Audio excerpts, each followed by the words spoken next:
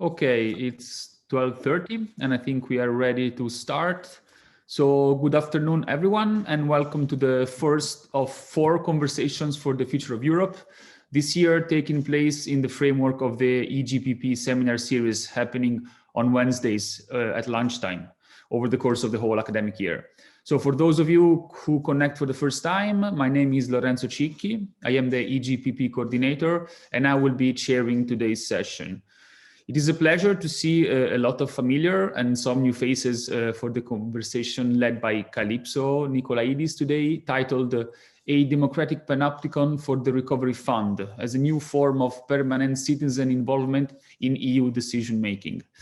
Let me thank you some people now. First, I would like to thank Philip Van Parijs for the honor of co-organizing the conversation with him for the second year after last year. And, you know, organizing seminars in person while sipping coffee over the Schifanoia terrace is quite easy. But doing this in a pandemic world with continuous emailing back and forth can be tiring. But with Philip, even this has been extremely pleasant and stimulating as well. So I'm really indebted to him for this experience. And I also thank Daniele Caramani, the new EGPP director, for hosting the conversations as a kind of special event of the EGPP seminar series. And I extend his excuses to the room for not being here today, but he's currently traveling back from Switzerland at the moment. I thank the speaker, Kalypso Nicolaïdis, and the discussants, Hannah Werner and Albena Azmanova, for having enthusiastically accepted our invitation. And finally, let me also acknowledge the support of our admin and comms team, Martina and Sara, for the virtual logistics of the event. Now, before I move on to some more practical issues of format, timing, and technicalities, I leave the floor to Philip, who will give some opening remarks, reinstating the spirit of the conversation. He will also present today's topic and introduce the panelists more in detail. So thank you, Philip. The floor is yours. Thank you, Lorenzo, and it's also been a pleasure for me to prepare all this together with you. Hello from Brussels, from the European Quarter in Brussels, where I am now, even though I can't show it in by way of background. And welcome to this first in the new series of conversations for the future of Europe. These conversations differ from standard seminars because they rest on the combination of 2 convictions, which were expressed as follows in the sort of mission statement, which Brigitte Laffen and I concocted together when we launched this initiative 3 years ago. Conviction 1, in order to guide the steps of the European Union and in order to mobilize its citizens so as to make such steps possible, it is not enough to analyze the past and to criticize the present. It is crucial to concoct concrete proposals for a better future and to subject them to no-nonsense multidisciplinary discussion. Conviction number 2, a concern for concreteness and political feasibility should not prevent us from bearing in mind Max Weber's warning at the end of his famous booklet, Politik als Beruf. Certainly, all historical experience confirms the truth that man would not have, man or woman, no doubt, would not have attained the possible unless time and again he had reached out for the impossible. The concern for feasibility is compatible with boldness. Indeed, it may require it. The bold proposal that is going to be subjected to this no-nonsense multidisciplinary discussion today is a new form of permanent citizens' involvement in EU decision-making, in particular in relationship with the use to be made of the European Recovery Funds. This bold proposal is going to be presented to you by Kalypso Nicolaïdis. Kalypso studied at the Sorbonne and at Sciences Po Paris before getting a doctorate from Harvard. She then became an associate professor at the Kennedy School at Harvard and later became professor of international relations at the University of Oxford and fellow of St. Anthony's College. She's now on leave from that position and has become, official title is professorial chair in transnational governance at the School of Transnational Governance of the EUI. She published as author or editor many books, the latest one being Exodus, Reckoning, Sacrifice, Three Meanings of Brexit, which she also, core of which she also presented as a Max Weber lecture at EUI. Among the other books she published, I'll just mention one, which was for me a real eye-opener and an illustration of the difficulties faced by today's proposal, I think, which is the book she co-edited with Justine Lacroix called European Stories, Intellectual Debates on Europe in National Context, showing how diverse these discussions could be. I should add that I had the pleasure of running jointly with Kalypso, with philosopher David Miller and lawyer Pavlos Eleftheriadis. We had the pleasure of running a seminar on justice and democracy beyond the nation state in Oxford between 2011 and 2015. It wasn't enough to prevent the Brexit, but it certainly helped us think about the sort of issues we are going to discuss today.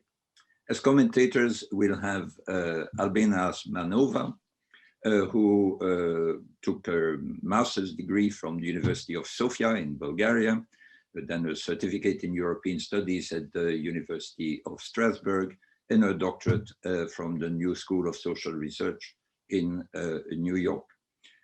She became then an assistant, she was an assistant professor for a while at the New School, then maître de conférence at Sciences Po Paris until she took a job, which she still has now, of associate professor in political and social theory at the Brussels campus of the University of Kent. She is currently a visiting fellow at the Institut für Wissenschaften des Menschen in Vienna. She published two books, both with Columbia University Press, one called The Scandal of Reason, A Critical Theory of Political Judgment, the other one, Capitalism on Edge, How Fighting Precarity Can Achieve Radical Change Without Crisis or a Utopia. She also published a large number of articles, including one she published jointly with Kalypso, in Social Europe. But as I mentioned just before we opened, this was not on today's topic, because had it been on today's topic, we wouldn't have invited them together, because we don't want to have just people sharing exactly the same position on the issue to contribute to this conversation. Finally, we have Hannah Werner, who took her BA from the University of Mannheim, then did a master at the University of Amsterdam, and a joint doctorate at the universities of Leuven and Amsterdam last year. So a fresh doctor. A doctorate was on titled Pragmatic Citizens, a bottom-up perspective on participatory politics. She's now a postdoc. Her boss told me a brilliant postdoc at the KU Leuven in the research group called Democratic Innovations and Legitimacy, directed by Sophie Marine. She's involved in two projects directly related to today's topics. One is called Deliberative Quality of Political Debate, and the other one is called Citizens' Involvement. Among her publications, I'll just mention one called How Involving the Few Generates Legitimacy Perceptions Among the Many. So these are the three people we were pleased to be able to welcome for this first conversation on the future of Europe, for the future of Europe. Back to you, Lorenzo. Thank you, Philip. So now for the format and timing, Kalypso has 15 to 20 minutes for her initial bold proposal, which is followed by 8 to 10 minutes each to Albena and Anna in this order for their discussion. If the timing is respected, I will go back to Kalypso for a first reaction to the comments raised by the discussants. And in the remaining time, I will moderate in the best of my capacities the Q&A session and the discussion. If we go over time and there are plenty of questions, we may open up the floor to the other participants right after the discussants' input. We will improvise a bit on this. Now for the technicalities, the usual apply. Make sure your microphone is muted and remember to unmute it when you speak or have a question. If you can, I invite everybody to keep their video on. So in order to retain a kind of a feeling of presence and community, even though we are all on Zoom. For the questions during the presentation, please limit yourself to just clarificatory question. For more general ones, please wait for the Q&A. In both cases, you can write down your name in the public chat, wait for the acknowledgement by the panelist or by myself. Then remember to unmute your microphone and then speak up. You can also use the raise of hand function to signal that you want to speak. And please refrain from writing down the actual question in the chat. It's better to engage in a proper conversation. Finally, if you have a pressing technical issue, please open up a private line of chat with either me, Martina Popova, or the EGPP account. There is Sarah Bernstein behind it. And finally, I will send a private message to the speaker when she has 5 minutes left, and to the discussants when they have only 2 minutes to conclude. So without further ado, thank you again, and Kalypso, the floor is yours. Thank you so much, Lorenzo and Philip, for so honored to help launch these conversations, not only because it allows me to pretend to be in Florence when I'm in Paris right now, but really like my friend and oft-time co-conspirator, Philip, I'm very keen, and like many of you, to always try to link, high theory and democratic activism. And Philip, I think it's fair to say, since you are convening this series, that for me, you are the beacon in how to elegantly practice this grand écart as both a citizen, a political citizen, and a scholar. So in the spirit of this conversation, I do want to propose something very tentative. In fact, inspired by the last year, my participation in a wonderful alliance of NGOs called Citizens Take Over Europe, which I'm sure is familiar to many of you, as well as by the many ideas that have emerged in the context of this EUI Democracy Forum that I have been convening in the last few months, some of you being part of it. Of course, the proposal is full of holes, so I'm really looking forward to you shooting it down in this no-nonsense multidisciplinary discussion. There are many friends in the room, and Philip and Lorenzo, of course. Hannah, you have done magnificent work on democratic innovation, and Albena on the political economy of democracy. So get your academic guns out, please, for me. Now, I just want to make 5 points, 2 minutes each. Lorenzo, I'll try to keep in time. First, the proposal itself, the concrete proposal, which of course is that the future of EU legitimacy, rests, I would say, we're talking democracy. So let me say on democratic recovery and resilience in Europe. So what better way to test this proposition than by asking, how are we going to spend the so-called Recovering and Resilience Fund of 750 billion euros, biggest and first ever commonly financed pot of gold from the EU, right?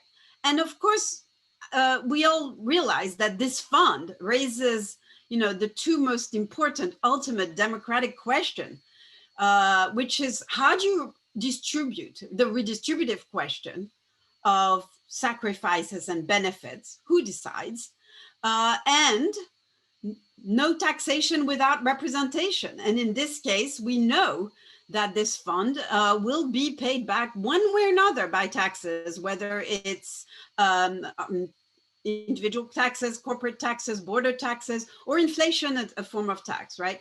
But of course, I'm amending this, this slogan today, like many of us do, by saying no taxation without participation, which is in a way a broader term than representation. We'll come back to this. So the concrete proposal is in fact to definitely build on e-democracy, perhaps use a version of the wonderful platform that the Commission has built for the Conference on the Future of Europe, which is a participatory platform, which is both vertical to connect with stuff Brussels does, but also horizontal for citizens to connect between themselves, and something that allows for decentralized, localized debates on social media and physically, but that provides the resources for it.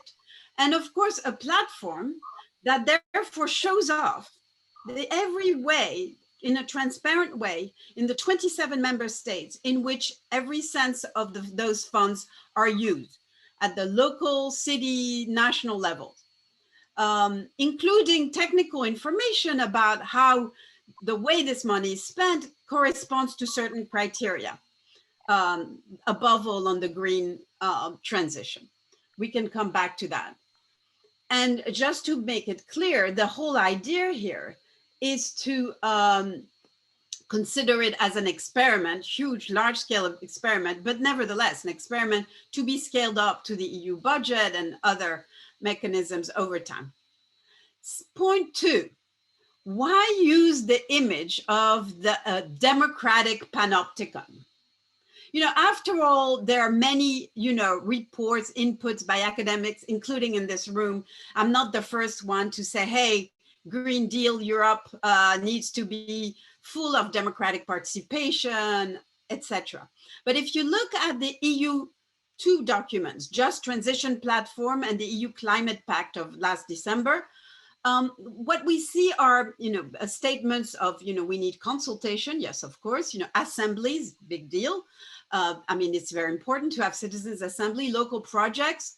The EU Climate Pact speaks of, having ambassadors, citizens pledges, satellites event, all good stuff. But my point is really to obey the command, the second command that Philip, raised for us. Philip, your command of boldness and reaching out for the impossible, the Weberian and in this case, I think that for us scholars, activists, we do want to recognize that democracy is kind of boringly uncontested. The EU states, it acknowledges that citizens' participation in the Green Deal is vital to ensure blah, blah, blah, blah, blah. Can you imagine the Commission stating that, oh, EU citizen participation is optional? Why doesn't it ever say that? Okay, so, and we know, of course, that, democracy may be uncontested as a word, as a principle, but it's hugely contested in practice, of course, around the world. But even in the EU, I'm not sure that semi-autocrats, vertical leaders, bureaucrats, populists, etc., all over the world, all over our own union, don't really, at the end of the day, tend to think I, the people, not we, the people. So this is why I wanted to label my proposal in a really provocative way, because of course, as you'll recognize, the Democratic Panopticon is a way to subvert Jeremy Bentham's model prison, which he was obsessed with, of course, for a long time. And his panopticon was, of course, to allow all prisoners of any institutions to be observed by a single security guard without the inmates being able to tell whether they are being watched. So yes, in this case, we want to turn this around and talk about permanent participation by citizens in European policy making. But of course, when we say permanent, it's as a whole, because it will be always by some of the time on some of the issues. So the beauty of Bentham's vision is that it implies the fear, not the fact that you might be watched. Because of course, the inmates can never know. Our political inmates, our bureaucrats, our politicians will never know whether they're being watched. And in other words, this idea of panopticon is a manifestation of Bentham's belief that power should be visible and unverifiable, so that our elites, like the inmates, are effectively compelled to regulate their own behavior under the assumption that citizen power should be visible and to some extent unverifiable, but you always need to assume it. And of course, the subversive dimension doesn't escape any of you, that from Foucault's disciplinary society to Zubov's surveillance capitalism, we all understand that the panopticon is not a building. It's a mechanism of power, a diagram of political technology that we want to turn it around. And this is why, you know, this permanent dimension is so important in the proposal. And of course, when we say permanent, we embed, and I want to embed this proposal in a set of other proposals that are about permanence, including the Manifesto for European Citizens Assembly that we put together at CTOE, which is all about a permanent citizens assembly. So the question is, what is the input? What is these kinds of assembly embedded in it?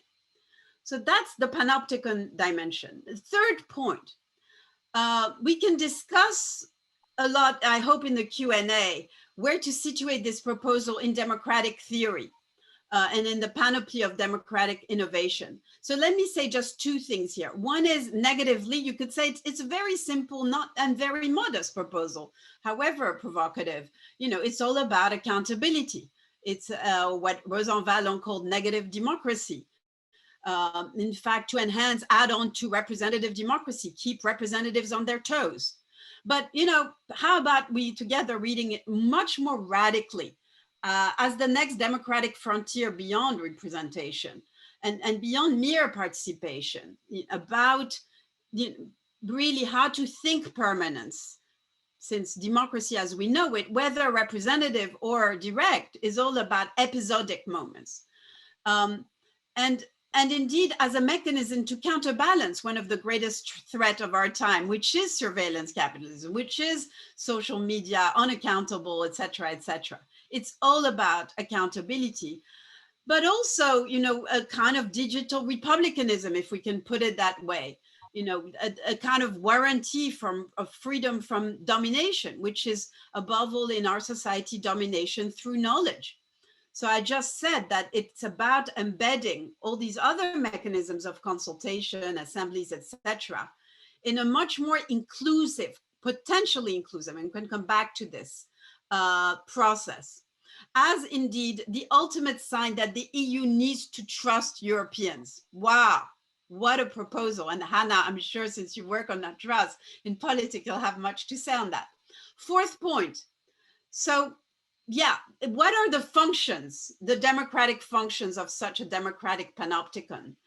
I mean, they're kind of obvious, guys. I mean, I don't need to spend a lot of time on this. Let me give three, but please add or tell me they doesn't work. And I know Albena will be on her feet on this. You know, obviously, democratic legitimization of the process of the recovery fund, of what the EU does. And indeed, potentially a bridge with the Conference on the Future of Europe, like a flagship experiment that could be institutionalized and could be a way of thinking about inclusiveness through the hybrid mechanism, right? Secondly, of course, we all talk a lot about Hungary, the rule of law conditionality of these funds, and Albena and I are concerned with this. And yes, Philip, that's the one place where we did write together. And of course, we're thinking very hard of how this would work. But here the idea is to take conditionality all the way down, create accountability by empowering Hungarians or Poles or whoever else across the EU. In fact, let's not have double standards. To watch, how are you going to use this fund? Nepotistically, you know, what goes in whose pockets? And we keep on saying, well, the funds should go directly to municipalities, etc. Let them go directly in the eyes and minds of the people. And that's one way of ensuring rule of law conditionality. And thirdly, I would add effectiveness. That's a big debate. I know Albena might have, I think Albena might have something to say about this, but I personally believe in the wisdom of the crowds. There's a lot of literature on how democracy creates more efficient allocation. And as well as issues about pledges on dishonesty and etc. but we can again come back to this. And my fifth and last point, Lorenzo, is to consider in advance, to protect myself, you know, not quite to protect myself, to provoke, you know, what are the objections to this proposal? And that's where I'm excited to hear what you'll want to say. But let me kind of think about objections in a specific way, as basically objections that I want to respond to by thinking of the, not, oh, no, your objections are not valid, but what would it take as conditions of possibility for the objections not to be valid? And that's where I bring in, some of you have heard me and might be tired of hearing me talk about Robert Dahl's third democratic transformation. But in what I mean when I keep on going on about the third democratic transformation is to say that it's kind of happening anyway. If you watch our students and young people, you know, we're there. And the question for EU institutions and their legitimacy, as well as our governments at every level, is whether we accompany it, whether we magnify it, make it possible, make it super cool, or whether we resist it. That's the question. Magnifying or resisting the third democratic transformation, or in fact, killing it. Maybe the institutions have the power to kill it. And that requires both a certain ethos and a certain praxis, as well as institutions. And here, just to close, I would say there are three dimensions to that democratic transformation, all of which are ways of responding to the objections to the Panopticon. One is translational, that it's all about democracy happening in different contexts and scale, and how you help together think about translations from these different levels. And in the same way as Decidim and Consul in Barcelona, for instance, are being used by the EU, in the same way as I would like to advocate that let's look at Porto Alegre participatory budgeting at the municipal level. What does that mean at the EU level? How do you scale up diagonally, upward, downward, etc.? Secondly, transnational, obviously. So this is about how do you witness the use of these funds, not just in your local parochial level, but across, and therefore learn to take into account positive and negative externalities. And thirdly, of course, this third democratic transformation is transgenerational. And it's all about asking whether the EU can pivot from a politics of space to a politics of time, become the guardian of the long term, and think about redistribution from the short to the long term, and who decides. Because if that's not owned by its citizens, we are in deep shit with the green transition. So I'm happy to discuss my final, my proposition in those terms about honing in on the third democratic revolution. I would say they're all mechanisms for the radical expansion of the franchise. I can expand on that. But let me end, Lorenzo, by coming back to the Panopticon, because, you know, Bentham, at the end of the day, he asked who guards the guardians. And in our stories, the guardians are the citizens or the peoples. We can talk about the difference. And I would suggest that who guards the guardians in this story are the others of our citizens, you know, in other spaces of democracy, in other countries, and in others in time, those unborn others for whom we need to become responsible ancestors. Thank you. And I was just 17 minutes, so I hope I was under time. Thank you so much, Kalypso, for staying perfectly on time, 7 minutes sharp. So without further ado, now the floor to Albena for 8 to 10 minutes. Thank you. Okay, thank you. Kalypso, you asked for it. I have my guns out. This striking project for a democratic panopticon promises to solve the most uncomfortable issue for democratic theory in practice, that of the responsibility for the larger and longer term societal well-being. The problem was spotted already 200 years ago by Alexis de Tocqueville, Much as he was a fan of democracy, he noted that it tends to prioritize the short-term perspective as the democratic vote translates people's valid preoccupations about their immediate livelihoods into binding policy. The famous problem of political presentism, focus on the present. This is indeed the predicament of modern democracies. And we need to start with that. We need to address it. On the one hand, democratically a responsive rule responsive to people's concerns, is not automatically a socially responsible rule that is prone to take into account a larger and long-term impact on society. At the same time, and this is the other part of the trouble, even the best informed and well-intended actions of central authority, in the rare instances when this is the case, are not necessarily immune to autocratic elitism and abuse of power. They need to be tied down to the real concerns of the demos. So this has always been the predicament of democratic theory and practice. And with the notion of permanent participation, of permanent expansion of the franchise, as Kalypso Nicolaïdis lays it out, this suggests enhancing both citizens' input into policy and strengthening the accountability of rulers who feel perpetually watched. So this problem seems to be solved. And yet, I would like to ask, is this a sufficient safeguard against the trouble of political presentism? In other writings, Kalypso Nicolaïdis has urged that the European Commission should be a guardian of the long term. But wouldn't the Democratic Panopticon tie it down even faster to the short term? On what grounds can we expect that the citizens in the Democratic Panopticon would effectively prioritize end of the world concerns over end of the month worries, to use the famous phrasing of one yellow vest protester?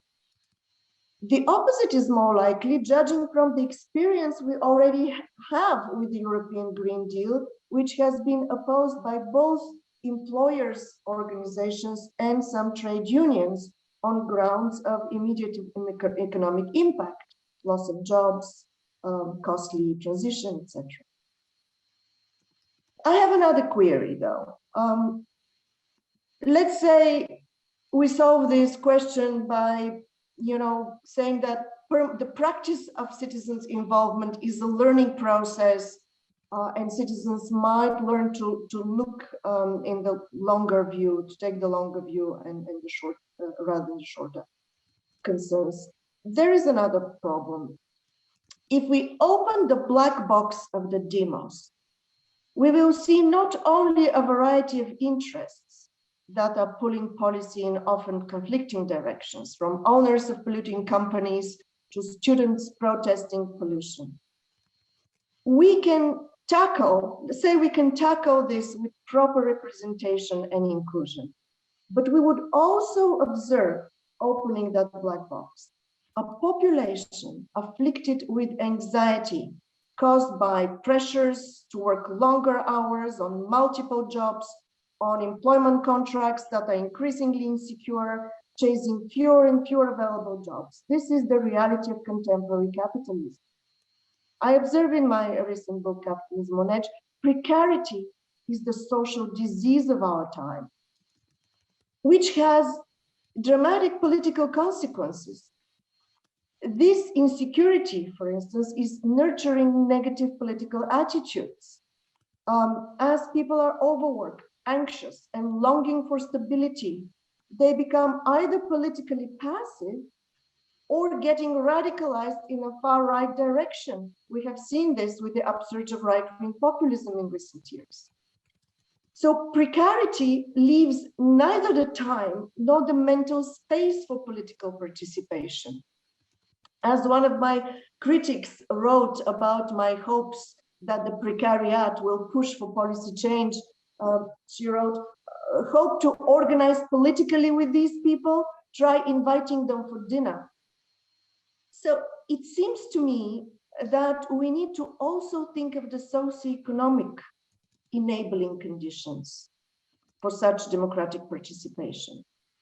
And those I would see in terms of serious overhaul of the political economy of European societies away from the pressures of the profit motive. We cannot blame capitalism for eroding democracy in such deep ways and try to reverse that erosion with more democracy. What we need is less capitalism. These are my remarks so far. Okay, thank you, Albena, also for saying perfectly in time, even less than what you had. You had 8 minutes, you're to 5, maybe you will take the floor later on. So now I pass the floor to Hannah. And before that, let me say to the audience that if you want, you can start either raising your hand or writing down your name down in the public chat so I can start collecting the order of questions for the Q&A. Okay, Hannah, the floor is yours. Thank you. Thank you very much. I would first like to thank Lorenzo and Felipe for this opportunity to discuss the super interesting proposal, and to Kalypso and Albena for this discussion so far.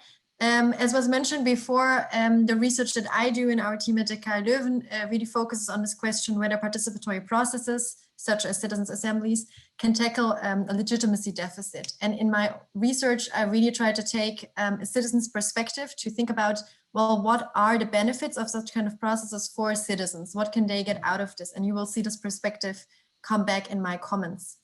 So first, I would like to make a very sort of general point that I think the enthusiasm around participatory processes has often led to this some kind of sentiment that they are a catch-all solution for all sorts of problems in a democracy. And I think it's super important that we are very clear about what specific problem do we expect these processes. Is it what we want? Is that policy change? Do we want better epistemic outcomes? Is it inclusion? Is it perceived legitimacy? So if you think about the European Union, what is the specific problem that the EU has that we can address with such a process? And I think asking this question is very important to, on the one hand, assess, okay, are these processes actually a good tool to solve this particular problem? And also to help us make really good design choices about how do we set up such a process? What are the conditions under which it would work? And I think now Albena has already talked about some of these potential goals. So for instance, will they actually lead in better future-oriented policies? And I think there's indeed an interesting debate about this, whether we can expect citizens to be more future-oriented than politicians or not. And very often, however, the goal that is discussed, and I think that came really through in Kalypso's presentation as well, the goal is to improve legitimacy. And very often what is meant by that is perceived legitimacy, so that citizens would bestow this legitimacy on the institution that organizes these processes. And of course, that shines through in many proposals for citizens' assemblies on all sorts of levels of governance, especially now that we see this increase in participatory processes across Europe. And that's exactly the kind of research that we do. And I would like to stress first really generally that it's very much not obvious whether that actually works in practice. So it's not clear whether having participatory processes where citizens are selected by random selection, come together and deliberate and have a recommendation or either make the decisions, whether that would actually lead to citizens having more favorable attitudes towards the process, the decisions that come out of these processes, and the institutions. So just sum up the literature, what do we know so far from the empirics? I would say we do see a net positive effect. However, it's small and it's very conditional. And this, most of this research on the local level. So this would be even more difficult to obtain on higher levels of governance, such as the EU. So what my own research really shows is that actually very few citizens are unconditional cheerleaders of participatory processes. So most citizens consider them as a tool that can potentially address certain problems that they see in a democracy. But this means very concretely that it cannot be enough to organize such processes and then expect there to be this positive influence on legitimacy perceptions. It means that we have to be very concrete about what should these processes solve, what kind of problems that citizens have should these processes solve, and then also realize these expectations. And a very important expectation here is the question of uptake. So actually, when they express support for more participatory opportunities, they have very concrete policy expectations, or expectations that these processes will actually result in substantial changes in the policies they receive. And I think that's this sort of instrumental orientation towards processes is actually a good thing, because it means citizens actually do think really pragmatically about how can democracy be designed to deliver on the needs that I have. So this is one aspect. Another aspect is that many citizens expect these processes to improve the problem that they don't feel heard, elite. And both of these sentiments and demands require that participative process have very visible influences. And if they don't, the research that we do in our team really shows that there can be these backlash effects. So even when recommendations of such processes are not fully implemented, so even if they are partially implemented, this can already result in frustration and this perception that citizens were just used for some kind of participatory show. And they did not influence. And from this importance of uptake, I think there are several dilemmas that kind of result from it that I would quickly like to go into. So there are some goal conflicts. So we do know that uptake is really crucial, and that citizens are skeptical of participation that is just for show. And legitimacy does depend on the influence such processes have. And very often this means in practice that these processes are designed to be on a very small, niche, concrete policy topic where recommendations can rather easily be implemented, so that we would actually indeed see an uptake of the recommendations. But of course, these processes are also running the risk of only making very small changes at the margins and otherwise just preserving the status quo of current decision making. And then that would mean that these processes, and this is a critique that is often voiced, are actually not a progressive tool, but rather cement the current state of affairs. So then the last option, which I think is the one that Kalypso also suggests here, is to say, no, we should actually use citizens' assemblies on a higher level where they can decide about very important policy issues, and it's binding, and they have the decision-making power. And I think there, it's really Christina Lafon's arguments that are really relevant here. Is the question, well, but then why would citizens in such an assembly actually have the legitimacy to make this decision? Because, and I thought it was interesting that this came back in your discussion about accountability. Of course, the problem is that such a participatory forum itself, there is no accountability mechanism to check in with the people that made the decision in these forums, because they are not up for re-election later. So for this lack of accountability, then often the argument that is used is, yes, but they gain the legitimacy through being representative. And here I also thought it was interesting that you said, well, we should move away from representation and move to participation. But of course, what it means in practice, especially on such a governance level as the European Union, but also on a national or regional levels, we would take a handful of citizens. It's a tiny proportion of the population that would in practice be involved in such a process. So in the end, this is also representation. It's another kind of representation, and it functions through different mechanisms, but this is representation through citizens. And here there is this theoretical problem that Lafont really emphasizes, that people, even if there would be a representation of the population at the time they start the process, the whole idea of deliberation is, of course, to change your opinion. So at the end, the recommendations they would make or the decisions they would take, they would not be representative of the population. And a more practical difficulty, and this is also flagged, for instance, by Francesca Colli in her recent report on participation in the Green New Deal, is that it will be practically very difficult to have a representative sample of the European population in such a forum. And one of the great difficulties is, on the one hand, who decides what are the characteristics that we want representativeness on. Is this just region? Is this occupation? Is this another kind of measurement of precariousness of life? As Albena mentioned, this is particularly also a group that is maybe underrepresented. So how would you decide what the categories are here? So I think that requires a lot of careful thought also about who makes the decision about the relevant categories. And second, it's more a practical problem that we are very often confronted with, even on the local level. How do we get the people that we want to reach, which are the ones that are usually not represented in normal representative politics, into these kind of spaces? So people that don't have the resources to take many weekends off, they are alienated from the process, they don't have this baseline level of trust to even sacrifice their time to enter, or that have other educational barriers that they perceive to be as barriers, because also on the EU level, this means interacting with many other people from different countries and cultures. So I think there are some very practical challenges as well.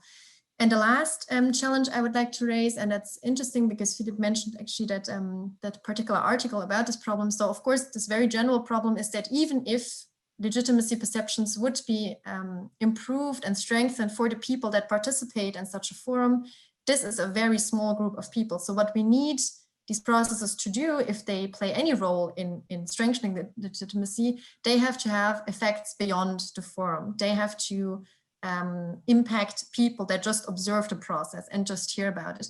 And this is also, I think, a particular challenge on the European level, because there's already not as much media coverage as on other governance levels. So I think very careful thought has to be spent on the question, how do we upscale this process and how do we actually make it visible and available and transparent for people that are not personally involved.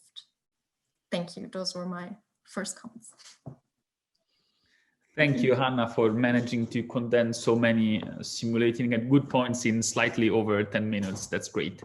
And since we were so good in staying in time, I think maybe with Philip's okay to quickly go back to Kalypso and then open the floor for the Q&A. I have already Adrienne Héritier signed up in the list of people who wants to contribute. And for the others, please raise your hand and write down your name. So Kalypso, the floor is back to you. Thank you, both of you, for these brilliant points. I love the guns, they're out. That's what we want for these really important debates. And I mean, I want to just say three things in response. First of all, absolutely, Hannah, my proposal, and to both of you, is not a magic bullet. I mean, Philip gave us a kind order to be very specific. So this is just one proposal. And to Hannah, just to be really, really clear here, this is not what I'm defending today, is not the Citizens Assembly. I repeat, not. It's upstream. What I call Democratic Panopticon is literally a passive mechanism. It's to put every spending, every project, in which pockets it goes to, who spends how, the money on the web. And that is coordinated by the EU. That's what I described at the beginning. And then it can be appropriated by local social media, local debates, etc. Because usually we're talking about, well, all scales of projects. And this is really important. This is the idea that transparency is a radical democratic idea. That the first affront to democracy is the ways in which the power hides. Power is invisible. And of course, the EU power is invisible to most our citizens. This is, for me, and polls show this, the biggest source of populism and resistance to the EU is the opaqueness. Now, and in addition, I would say, I totally share all of your doubts on whether the involvement of the few, including through Citizens Assembly at every level, enhances legitimacy and under what condition. I've been very critical of it. Because it's, as Sandel would say in his last book on meritocracy, this is another kind of meritocracy, except you kind of pull it out of a hat through sortition, but then you create a new kind of mini elite for a moment in time. So, and that doesn't mean we should kill assemblies, but they need to be embedded in a bigger, democratic atmospherics, So if we create a Democratic Panopticon on the web, where citizens know how the 750 billion go, it's a way of holding accountable the Citizens Assembly themselves. It's the glue around it. And it's kind of exciting, people. So you both picked up on the fact that citizens, don't have the time. It's Albena's precarity, etc. But the opaqueness doesn't disempower lobbies. It just empowers, big corporate powerful lobbies. Citizens, if they have easy access to what is being done, will be more interested. Maybe they will watch one less season on Netflix and kind of go on that website. I mean, I wouldn't bet my life on it, Albena, but maybe because how are these few billion? The game, the parlor game. Like if you found €1,000 in the street, what would you do with it? 10,000, what would you do with it? 100,000. Have you ever played that in a party after everybody's drunk? People kind of like that. If you had 100 billion, what would you do with it? Okay, so, and that was my second point, is that yes, Albena, black box of democracy, but in a way, how about we think of, inversing the causality? If you create the space, they will come, one way or another, because you break privilege access. But that brings us to the third point.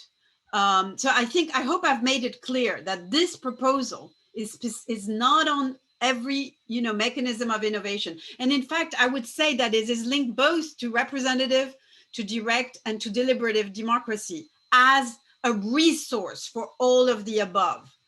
Now, the final and perhaps most important point for me, just to be very clear, Albena raised it and Hannah, reacted to it also. Yes, ever since I was a wise woman, wise man, in 2008-10, I've been promoting this idea of sustainable integration as a response to Tocqueville.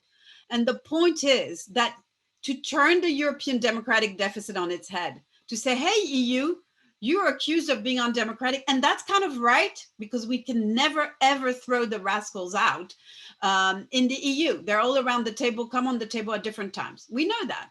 So what you do is say, hey, EU will always be bad at democracy in the short term. I mean, it will manage crisis because it has to, but basically what's its comparative advantage is to be the guardian of the long term and to signal this to citizens. That's what we do, citizens, at the EU level. We can look beyond. We are the response to Tocqueville worry. And indeed, when we talk about the Green Deal, it's all about trade-offs between the short term and the long term. I think that, I really deeply believe that if we don't create a political dynamic with all the learning, and you said that, Albena, but also in schools, everywhere, learning about distributive impacts of things like, let's just put one on the table, the fact that the Green Deal continues to punish us, to not count us as consumers, but really only focus on producers of carbon emissions. That's one of the greatest inequalities of the regimes that deal with climate change. So now how do we measure that? How does each project create responsibilities, Albena, to us as consumers? And not just to the producers, and how we do things. There's a huge, big discussions to be had on this. I'm working with the European Parliament on how to democratize scenario planning. So part of that, will go along with the numbers. But the whole point, the whole philosophy is to make visible the trade-offs at stake. And then citizens will be empowered to ask about the end of the month. How do you help us deal with the end of the month if we agree that this, 10 billion should be used for this long-term project? If the conversation is not owned all the way down, we cannot implement this radical change of our societies. So that would be my very quick response. Okay, thank you, Kalypso, for this initial response. We may maybe get back to some of these points with also the contribution again from the two discussants. For now, I would like to open the floor for Q&A. So maybe we'll start by grouping a couple or three questions. I have two for now. So maybe first Adrienne Héritier and then Miriam Dageford can speak in succession one after the other. And then we go back to Kalypso. So Adrienne, Thank you. The floor is yours. Thank you very much for this thought-provoking presentation. A lot of the points I want to mention were already made, so I'm not going to repeat them, but I would like maybe to hear some more about the question of how exactly kind of reaction of the citizens who are interested and concerned, how exactly institutionally it feeds back into the decisive formal decision-making processes. What is exactly this channel so that indeed it does make an impact? What do you kind of foresee, Kalypso? Hi, Adrian. Lovely to hear you. Hope to see you soon. And I mean, partly, you know, supply creates demand. So in this case, if you create a dynamic whereby citizens react, say, what? You know, 8 billion on this? What? Who's benefiting? Cui bono? Already that creates the basis for the democratic conversation. But of course, indeed, alongside that pure information about where the money goes and how, that we need to think through democratic pedagogy, Adrian, absolutely, in every place. But you know, my problem with the EU for the last, whatever, 30 years, as a pedagogue myself, is I have too often heard we need to inform citizens. It's all about communication and informing. And to this day, if you look at the documents on the Conference on the Future of Europe or the Climate Pact, so often you see communication and information. This idea of the unilateral, top-down, you know, education in that sense. But all of us as pedagogues know that education can only work when it's your students who speak, not you. You add a footnote or two. So let the citizens react, gut reactions. Yeah, some of it may be uncomfortable. Some of it may be so-called populist or whatever. You know, that's kind of the cool thing about democracies. You can't predict what will happen. Democracy is effervescence. It's uncertainty. Sometimes shit hits the fan, but most of the time it brings about, I would argue, you know, better outcomes. But yes, the pedagogy, the information. So the website that the Commission has created, which I've discussed with them in part on the Conference on the Future of Europe, has different bits and pieces on it. You know, you've got information. So here you'd have, where does the money go, how? But then you would have the criteria. Then you would have what such an actor says. Then you'd have blogs by citizens and they would talk to each other. So you literally have an electronic conversation on the use of fund.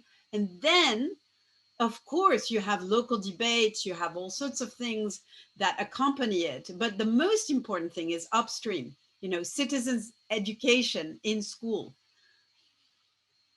and in the media, of course. Thank you, Kalypso. Miriam?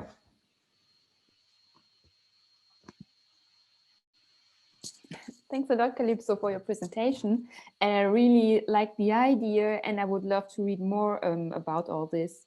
So, and what I found in particular interesting is this upstream moment that you're talking about, and also this radical shift in the thinking about the EU, because I have to say, when I was a student in university, I was reading books and it was always very technical, and there's this institution and this institution, and I wasn't even very interested in studying this because it was so dry. Yeah, and I guess the approach that you're bringing now takes up many of the discussions, but in a more alive way. I feel when you talk, but this is probably also like your personality that comes into it, that the whole idea brings the connection between citizens and the EU more to life, and also is like up to date, more up to date than like almost anything that I ever read about it, because it really takes the technological change into account, right? We have something here, and well, Germany is like, I'm German, one of the countries which is like really behind in that, and I feel like you're really up to date with all the stuff that you're doing, and I love it. I have though two acknowledgements, because you're talking about this transnational and this intergenerational stuff. And of course, I love the ideas, and I guess it's really important to acknowledge this. On the other hand, I was thinking, can we really go through this? Because I know the idea that you're having behind, and I completely agree, but if we take, if mainly this is technological change and we bring all these platforms for citizens into life, to say so, what about a bias that may exist later between the Europeans and the nationalists, right? Are we also making a further divide with this, and how maybe can we overcome this, because that might be quite a critical point.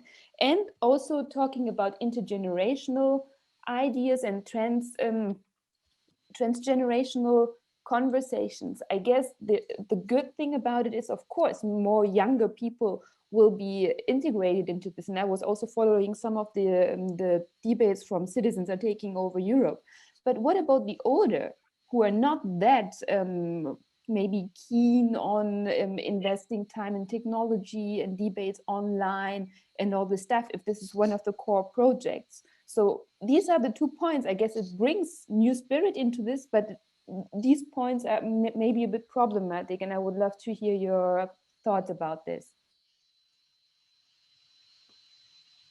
Thanks, Miriam. Great to see you. I'm just asking Lorenzo and Philip. Anna and Albena can also jump in, right? And also you, I mean... yeah, whenever Anna and Albena want to jump in, maybe they also write their name or raise the hand. For now, we'll have you reply to this, and then maybe we'll group together first Rainer Baubok, and then Philip, and then back to you, or the discussant if they want to jump in. I just don't want to, I want to hear their great worry. wisdom. So I just don't want to monopolize the responses. Not that I have responses, by the way. These are not like responses.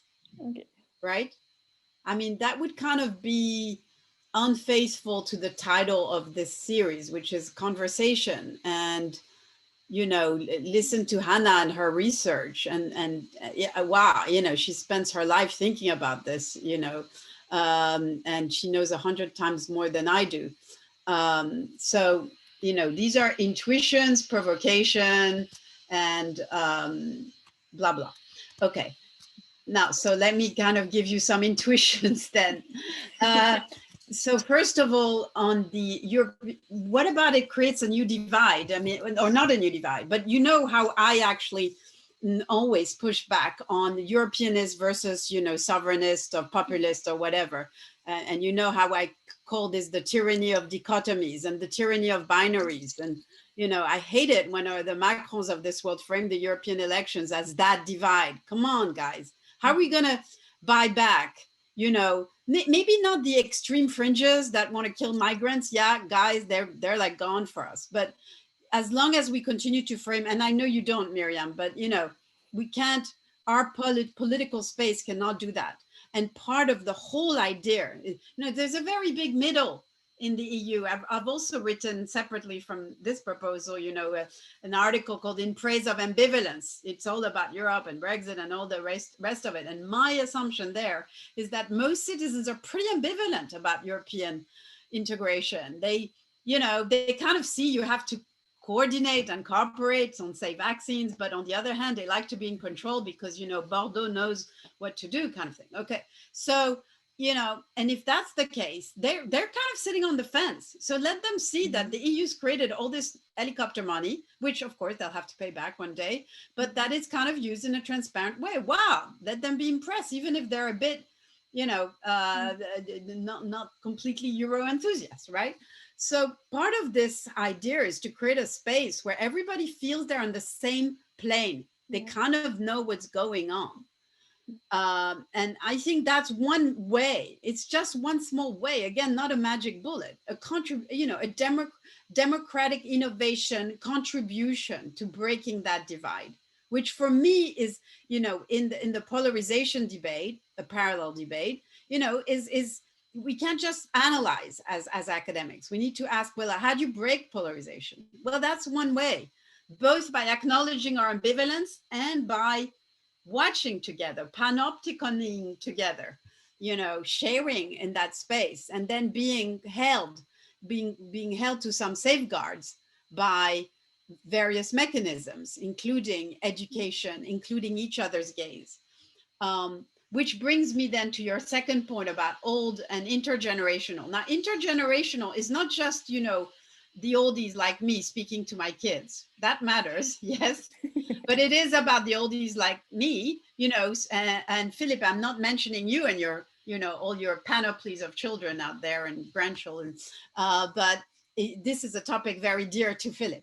Now, of course, it's about imagining the unborn, right? It's a conversation we have about with ourselves about future generations. But to the extent that it is also about that concrete, here and now, intergenerational conversation, you know, if that panopticon can lead the grandkids to come home to their grandparents and say, hey, you want to spend, hey, you know, Oma, Papuli, you know, that's my parents, that's what they're called in Greek and German. Do you want to look at the web together and see what they're doing with the damn money, you know, and like, oh, look, you know, this is how you do it. That's pretty cool, you know. So let's have that conversation, or that technological conversation. Let the grandchildren, and if people don't have grandchildren, you know, it would be kind of cool. Like I remember my kids in their school, you know, they spent half a day per week, every 2 weeks, whatever, in old people's home. And usually they played the piano or something, and it was cool. You know, they sang songs, but what about they have a big screen and they say, hey, let's see how the funds are spent together. And it's well presented. Or let them play with these old, you know, older people in old people's home, like the game, you know, if you had 100,000 euros, what would you do with it? And I tell you, I mean, you know, the firing up, you know, of course, you know, they'll say, well, we want to give that money to you. We don't know what to do with it, except have some good food, you know. So the point is, yeah, money is a great basis for intergenerational conversation. And that will translate at the end of the day in other democratic channels, is my very quick response, but lots more to say, Miriam. Okay. Thank you, Kalypso. Now I see lots of other guns up and ready to shoot. I have actually 6 people on the list. So what we can do now is maybe start to group questions. So we'll start with Rainer, then Philip, and then Anya, all together, one after the other, and then back to you, Kalypso. After that, we have a round of other 3 with Albena, Peter Markovic, and Morgan. So one after the other, Rainer, Philip, and Anya. Hi, Kalypso. Great. So your enthusiasm is really infectious. I was nearly convinced, but then also listening to Hannah, I thought there is something missing, and maybe your proposal is actually too modest. So you put so much emphasis on transparency and the effect it will have on making citizens participate and wanting to know how the money is spent. I think actually the EU is not doing so bad on transparency compared to most other governments. If you want information, you find it somewhere on the internet. The problem is really that you know, people are not motivated only by the availability of information they ought to be interested in. I think what you need is transparency plus. You can't leave it. You can't leave the rest of the process to whatever happens next, deliberative, direct representative democracy, and say this will develop spontaneously. I think you need to say more people will be interested in the information they find in the Panopticon if they know that what happens next will give them some real impact on policy making, on decisions. Leaving that to completely open will mean polarization is reproduced. There will be people who jump at this and then mobilize, and that will happen on social media and in echo rooms that we already know. It will not necessarily bring people together. So probably you need to design, in some ways, citizen assemblies and other mechanisms on top of transparency and say, this is part of the deal, this is part of the package. I don't just leave this completely open, but I want to show how it's possible to feed the information that you will ask the EU to provide into democratic processes that actually result then in policy decisions, and the citizens can understand how this happens.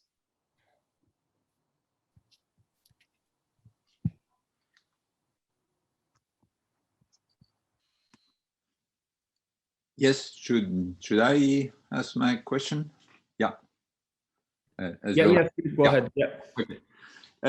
Yes, I have 2 questions. In fact, one is a way of rephrasing Albena's challenge to Kalypso, and the other question is for Hannah. Kalypso, so in a way, you present your Panopticon proposal as a way of moving from representation to participation, but it seems rather to be moving from representation to observation. It's a Panopticon, not a Panpracticon or something like that. So it's emphasizing this aspect, which I also believe is important, of transparency. But of course, transparency is a complex notion. It's not only about visibility, it's about digestibility of the information, it's about intelligibility of that information, it's even more ambitiously accessibility of the information, for example, the impact on climate change and so on.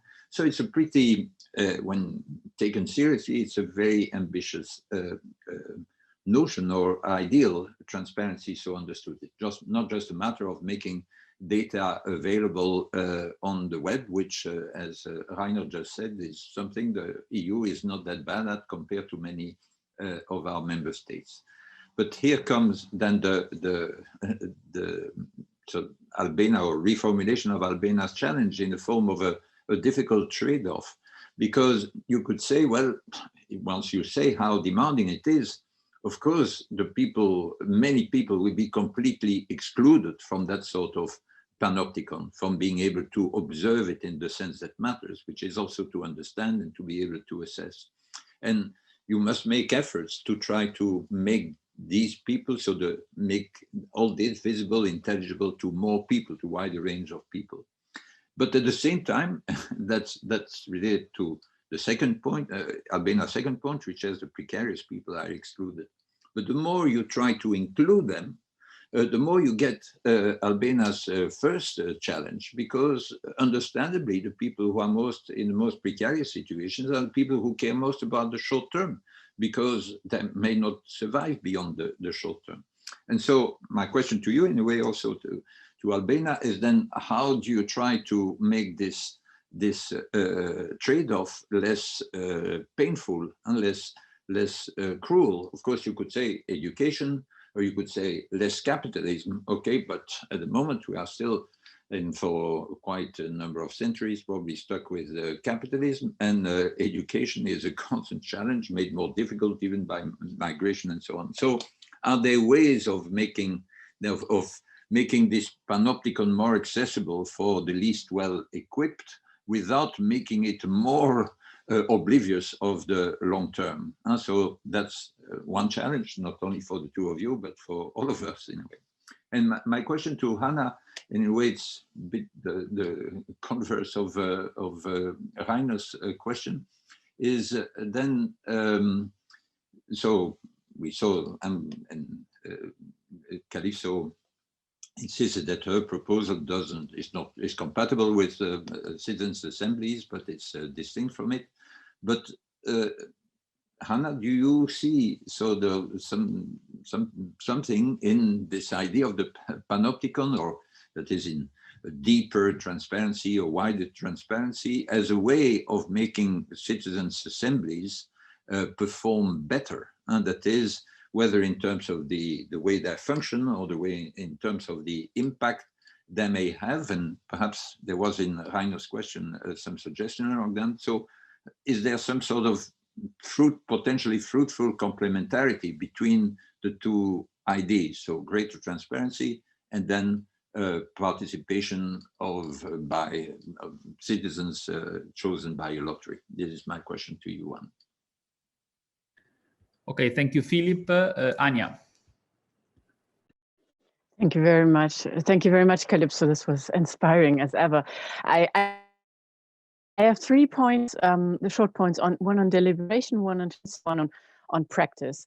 I'm wondering, in case, I mean, this is not only information, but this will have a deliberative setup around the information about the money that is spent. Then I'm wondering how we can get legitimacy through deliberation on such a scale. I mean, I also think on the ideas of Habermas about deliberative democracy. And I think if we want to have something that can really create open discussions, which can lead to open deliberation, and then also to really legitimacy fostering processes, then we probably would need some much more, let's say, organized in a federal way, with little groups of citizens who can talk to each other, and then perhaps on different levels, groups that can then communicate to each other. I think there was in the 1990s an author, I can't remember the name, who had proposed something like this. And then on transparency, my impression from my research is that transparency works very differently in different democracies, and it works differently, for example, in more constitutional democracies than it works in more central democracies or Mediterranean democracies, where transparency is much more important, while in consultational democracies, actually, like in Germany, everything takes place behind closed doors, and the transparency comes because the social partners have participated in the negotiation processes. So transparency, I think, is not is something which which is not a remedy to everything, and can even be very very difficult, I think, even for democracy.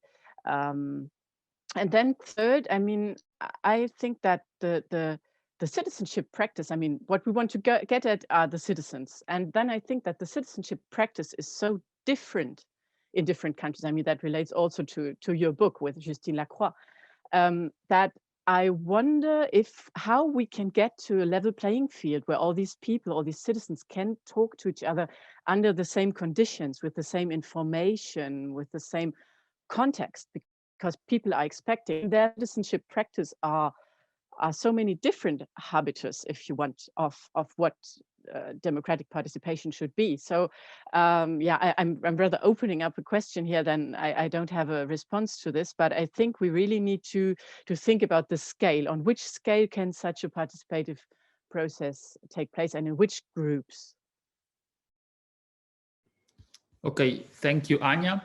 So now maybe I ask first Kalypso and then also Hannah to reply to the points that were made to them, maybe asking them to be pretty brief and short in their response, because then we also have 3 more people who want to jump, Albena, Peter, and Morgan. So first Kalypso, then Anna, please be brief. Thank you.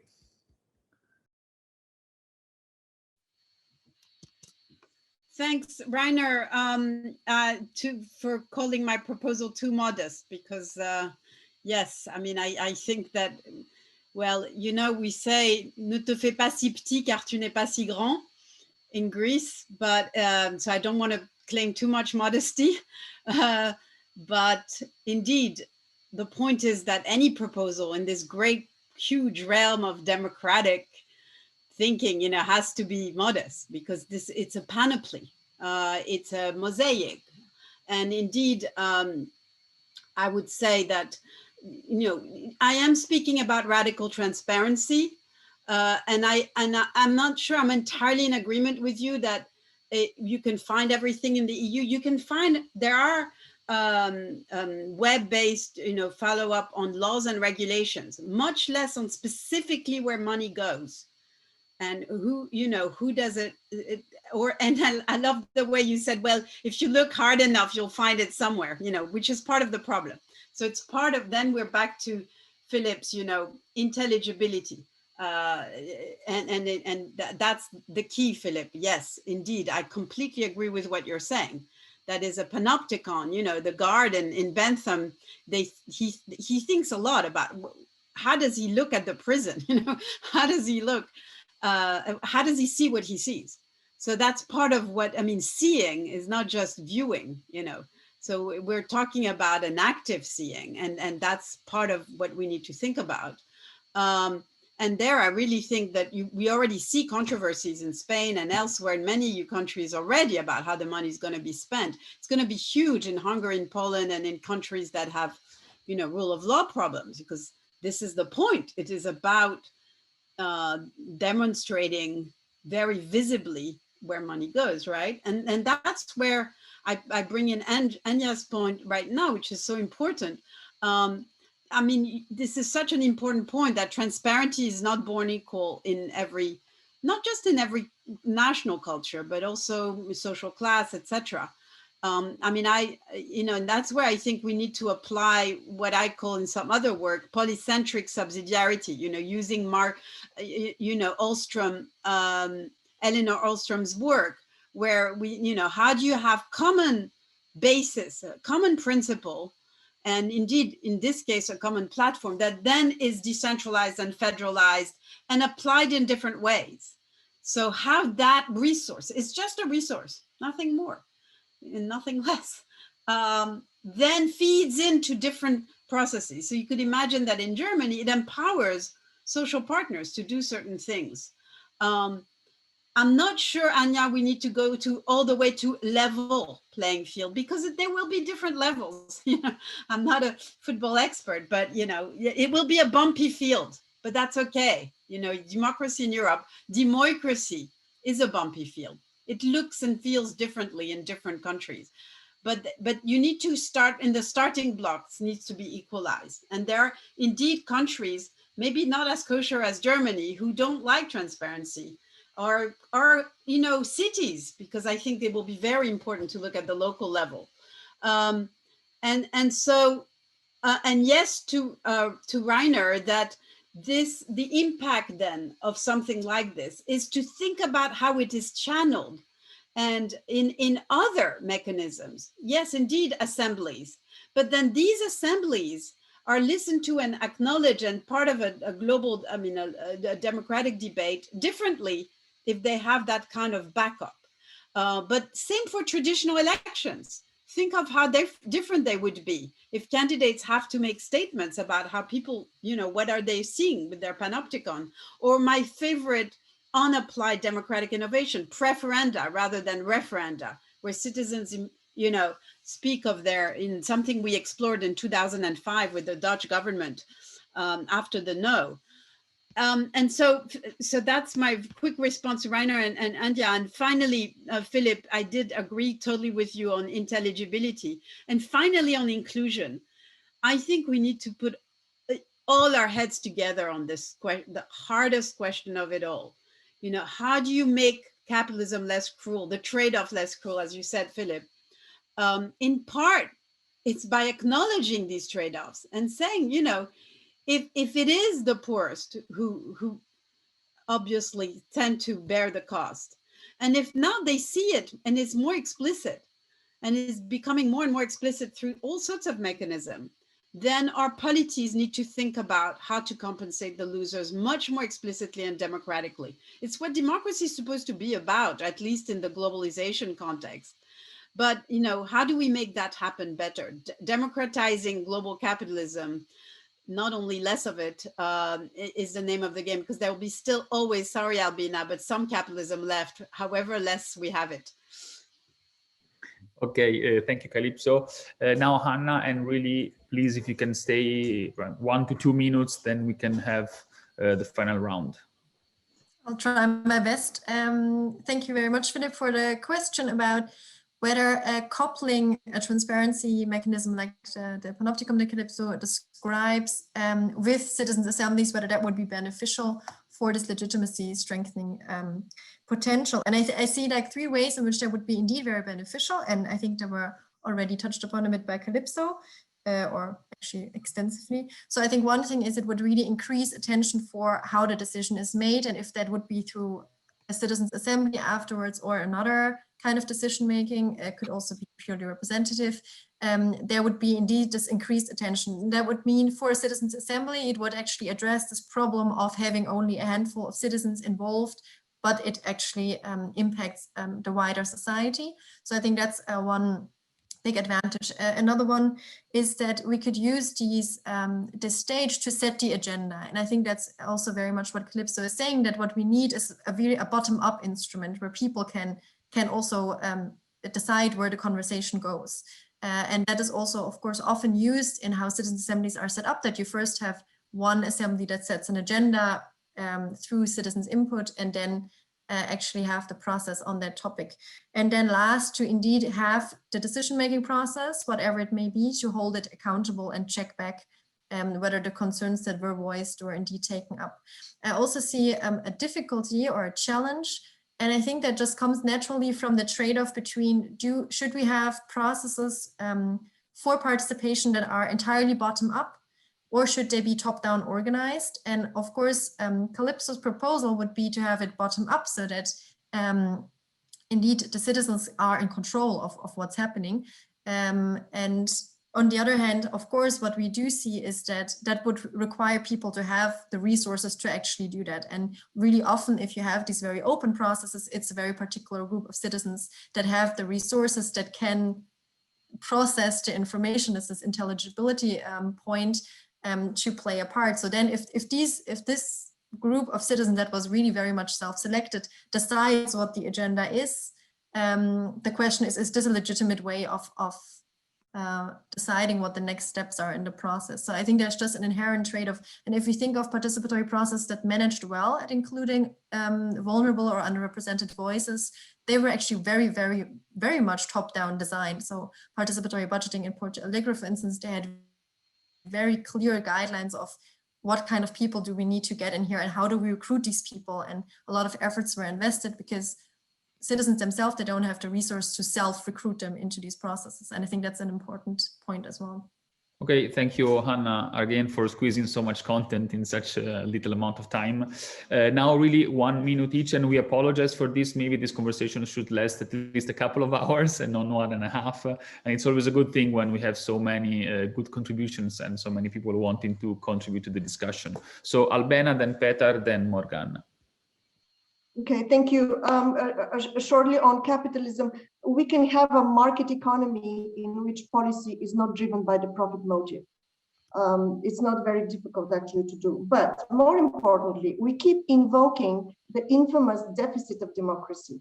But I think we have in fact misdiagnosed, mislabeled the problem. The problem is with the deficit of accountability, not of democracy. And this is why I like actually Kalypso's proposal so much, because what she says, it is not about citizens' assembly, it is not about citizens' input into the decision making, it's about radical transparency. So what indeed we need to be thinking about are what are the spectrum of possibilities to enhance accountability beyond, you know, what we have, losing elections, on the one hand, which is very weak, it's proven very weak. On the other extreme, we have the criminalization of political responsibility. Of course, this is too strong, but there is a spectrum of options there that needs to be explored. So this transparency that Kalypso advocates, isn't that already done by the mass media? Shouldn't we then simply enhance independence of the media, strengthen investigative journalism? Isn't already the fourth power doing this job of transparency? So I would just appeal that we label correctly, we diagnose correctly the problem, and we call it for what it is. It's a deficit of accountability. Thank you very much, Albena. Petar. Hi, everyone. I love the proposal, and it's impossible to put it in 1 minute, but I will try. I have two invitations for further discussion, and the first one has to do with legitimacy.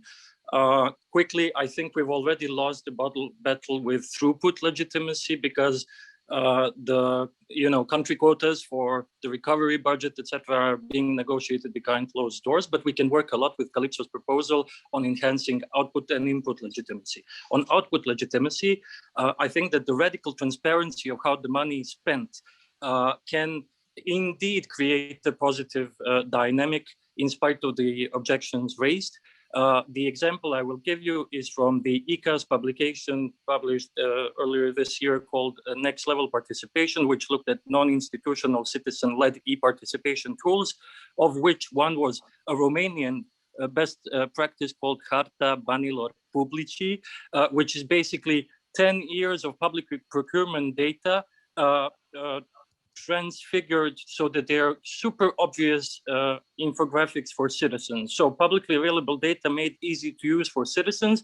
And then we cannot even imagine the ways in which this enhanced accountability, investigative journalism, citizens themselves becoming, scrutinizing the data, etc. Next level, okay, so I covered that. How this will interact with input legitimacy, which was Professor Bobak's concern. I think that if we cannot preset citizen assemblies and mechanisms completely, because we see with the Conference on the Future of Europe that this becomes a stumbling block. We need to have more faith in the spontaneity and creativity of citizens. Second point, how do we assure a level playing field in a situation of enormous differences in political culture and socioeconomic conditions? I feel that, and I invite you all to register for the ECAS conference on the 20th of April, which will look at the brand new proposal to have a European agency on citizenship education, which is one of the ways of, or the infrastructure building for creating this level playing field. And just on the point of deficits, I feel, at least in my research, that we are now moving from the discourse on democratic deficit to the discourse of democratic empowerment, and the subversion of the panopticon into a democratic tool against arbitrary politics that Kalypso proposed is a perfect roadmap towards that goal. Thank you. Thank you, Peter. Morgan? Yes, thank you. I apologize because my camera isn't working. I'm really sorry about that.